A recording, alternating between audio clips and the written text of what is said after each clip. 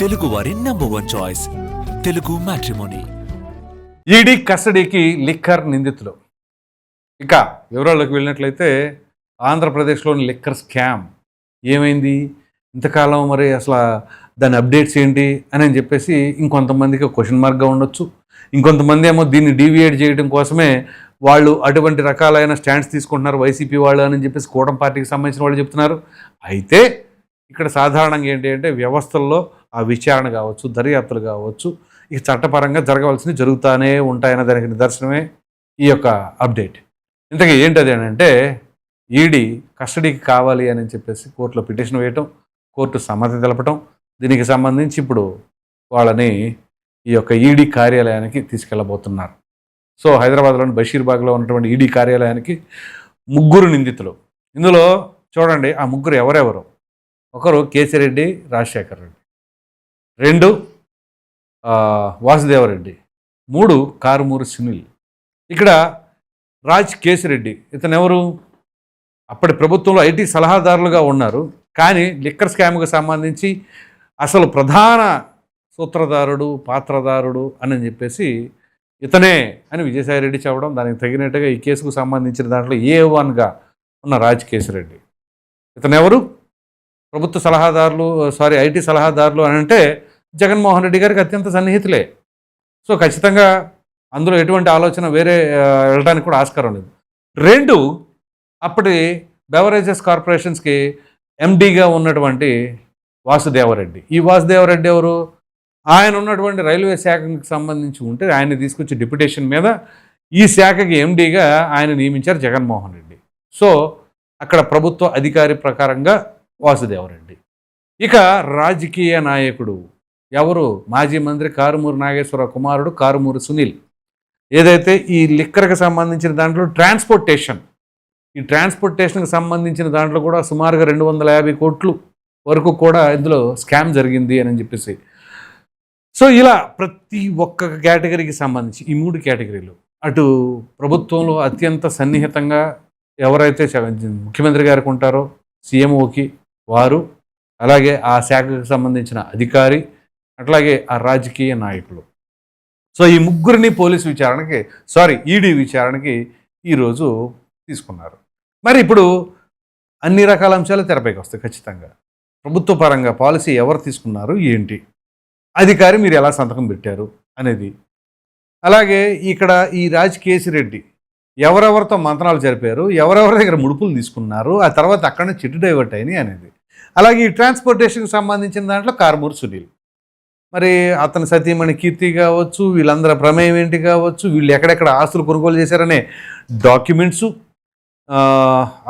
Hard discs, అలాగే laptops, ఇవన్నీ కూడా ఈడీ కొన్ని రోజుల క్రితమే అదుపులోకి తీసుకుంది. వాటిని స్వాధీనపరుచుకుంది. ఆ స్వాధీనపరుచుకున్న తర్వాత దానికి సంబంధించిన డేటా ఏంటి అదంతా కూడా పరిశీలిస్తారుగా. పరిశీలించిన తర్వాత దానికి సంబంధించిన ఇన్ఫర్మేషన్ అంతా గ్యాదర్ చేసుకున్న తర్వాత ఇప్పుడు ఇక్కడ విచారణలో ఏం జరగబోతుంది కొన్ని ప్రశ్నలు అడుగుతారు. మామూలుగా ఒక స్టాండర్డ్ ఫార్ములా ఉంటుంది కదా, వైసీపీకి తెలియదు గుర్తులేదు మర్చిపోయా అని. అలా చెబితే కుదరదు. తెలియదు గుర్తులేదు మర్చిపోయా అంటే ఆల్రెడీ వీళ్ళు కొన్ని డివైసెస్ అన్నీ కూడా తీసుకున్నారు కదా, హ్యాండ్ ఓవర్ చేస్తున్నారు కదా, వాటిల్లో ఉన్న ఇన్ఫర్మేషన్ తీసుకుని చెదరబెడతారు. మరి దీనికి ఏంటి మీ సమాధానం? ఉదాహరణకి మనీ ట్రాన్సాక్షన్స్, బ్యాంక్ స్టేట్మెంట్స్, అలాగే కాల్ లాగ్స్, వీళ్ళు ఎవరెవరితో మాట్లాడారు, ఎంతసేపు మాట్లాడారు, దేని గురించి మాట్లాడారు అని అంటే ఇప్పుడు వాళ్ళు ఏం చెప్తారు, ఇక ఖచ్చితంగా సమాధానం చెప్పాల్సింది. ఒకవేళ చెప్పలేదు అంటే 100% అక్కడ తప్పు చేసినట్టే. లేదు తప్పు చేయలేదనుకోండి, బ్రహ్మాండంగా ఇదిగో నేను పలానా వాళ్ళతో మాట్లాడా, దీంట్లో ఎటువంటి స్కాము లేదు, దీనిలో అతని ప్రమేయం ఏమి లేదు, ఇందులో డబ్బులేమి లూటీ అయినట్టుగా కూడా లేదు అని చెప్పి చెప్పొచ్చు. కానీ అలా చెప్పే పరిస్థితి ఉందా? లేదు. ఏంటి అంటే తెలియదు గుర్తులేదు. ఇక తెలియదు గుర్తులేదు అంటే ఫిక్స్. లేదు అంటే ఇక్కడ 100% వీళ్ళు మిస్టేక్ చేశారు. ఇక్కడ మొత్తానికి మనీ అనేది మాత్రం డైవర్ట్ చేసుకున్నారు. ఎక్కడెక్కడ చేశారు, విదేశాలు వెళ్ళినాయా, వీళ్ళైతే అక్కడ ఎవరెవరి చేతులు మారినాయి, ఏంటి, ఎంత మారింది ఏంటి, దీనికి తగినట్టుగా చెవిరెడ్డి భాస్కర్ రెడ్డికి సంబంధించిన ఎపిసోడ్ కావచ్చు.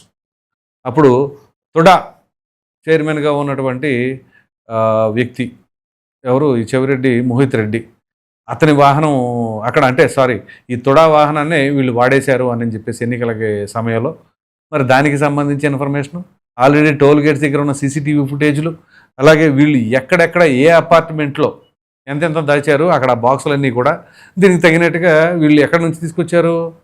ఐఐటీను ఖరగ్పూర్ యూనివర్సిటీలో చదువుతున్న విద్యార్థులు, పాస్ అయిన విద్యార్థులు వాళ్ళని తీసుకొచ్చి ఇదిగో జాబ్లు ఉన్నాయి మన దగ్గర అని చెప్పేసి అనడం కావచ్చు. ఇలా ఇంత పెద్ద నెట్వర్క్ నడిచింది కదా.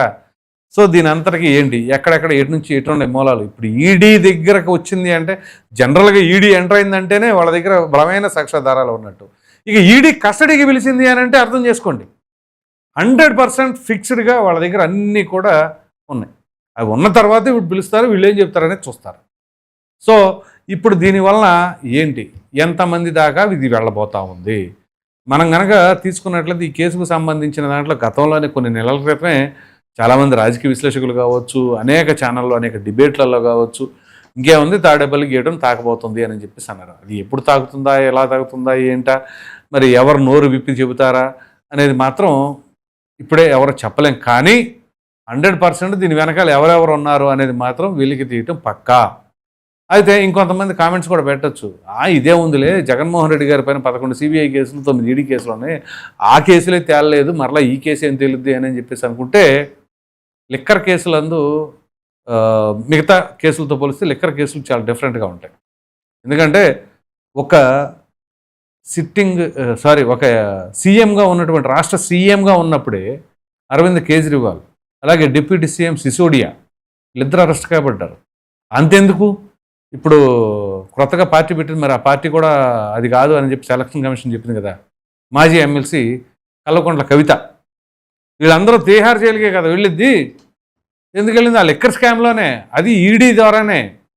సో ఇక్కడ కూడా ఈడీ ఎంటర్ అయిందంటే అంత ఆషామాషిగా ఏమి ఉండదు. పైగా ఇది ఖచ్చితంగా తీహార్ జైలు దాకా కూడా పరిణామాలు ఉంటాయి అని చెప్పేసి చాలామంది విశ్లేషకులు, అనుభవజ్ఞులు అభిప్రాయపడుతూ ఉన్నారు. మరి ఇటువంటి తరుణంలో ఇవాళ మరలా ఈ కస్టడీకి తీసుకున్నారు కాబట్టి దీనికి సంబంధించి ఎంతమంది గుండెల్లో దడమొదలవబోతుంది, అసలు ఏం జరుగుతుంది ఏంటి. ఓ ప్రక్కన ఎక్కడికక్కడ అంతా క్లమ్జీగా ఆ ఇష్యూ ఆ ఇష్యూ అనే లోపల మరలా ఇప్పుడు ఈ లిక్కర్ స్కామ్ బయటకి, దీనికి సంబంధించి ఇప్పుడు ఈడీ తీసుకెళ్తుంది, ఏం చేయాలి అనే తరహాలో ఉంది. దీన్ని కరెక్ట్గా డిఫెండ్ చేసుకొని ఏమైనా లేదు రాజకీయ కక్షతో చేస్తున్నారు అని చెప్పే ఆస్కారం ఉందా? అలా అంటే సిట్ తీసుకెళ్ళిందంటే అనుకోవచ్చు, ఎందుకంటే రాష్ట్ర ప్రభుత్వం ఏర్పరిచిన సిట్ కాబట్టి. కానీ అక్కడ ఎంటర్ అయింది ఈడీ, అది రాష్ట్ర ప్రభుత్వ చేతిలో ఉండేది కాదు, అలాగని కేంద్ర ప్రభుత్వ చేతుల్లోనూ ఉండేది కాదు. ఒక ఇండిపెండెంట్ సంస్థ. ఆఫ్కోర్స్ మనం చెప్పుకోవడానికి ఇండిపెండెంట్ సంస్థ అంటాం కానీ కేంద్ర ప్రభుత్వ ఆధీనంలోనే ఉంటుంది అని చెప్పేసి అని కూడా చాలామంది అభిప్రాయపడుతూ ఉంటారు. సో ఇలా ఎన్ని అభిప్రాయాలు ఉన్నా ఏమి జరిగినా ఈడీ వన్స్ ఎంటర్ అయిందంటే మాత్రం ఇది చాలా కాంప్లికేటెడ్ అవుతుంది అని చెప్పేసి అయితే పక్కాగా అనుకోవచ్చు. సో ఈ నేపథ్యంలోనే మరి మిగతా వాళ్ళ పరిస్థితి ఏంటి, ఇంకెంతెంతమంది ఉన్నారు ఏంటి. అయితే ఇక్కడ విచిత్రమైన విషయం ఏంటి అంటే అసలు ఈ లిక్కర్కి సంబంధించిన వ్యవహారం బయటపెట్టింది విజయసాయిరెడ్డి. మరి విజయసాయిరెడ్డి కూడా ఇందులో ఎక్యూజ్గానే ఉన్నాడు.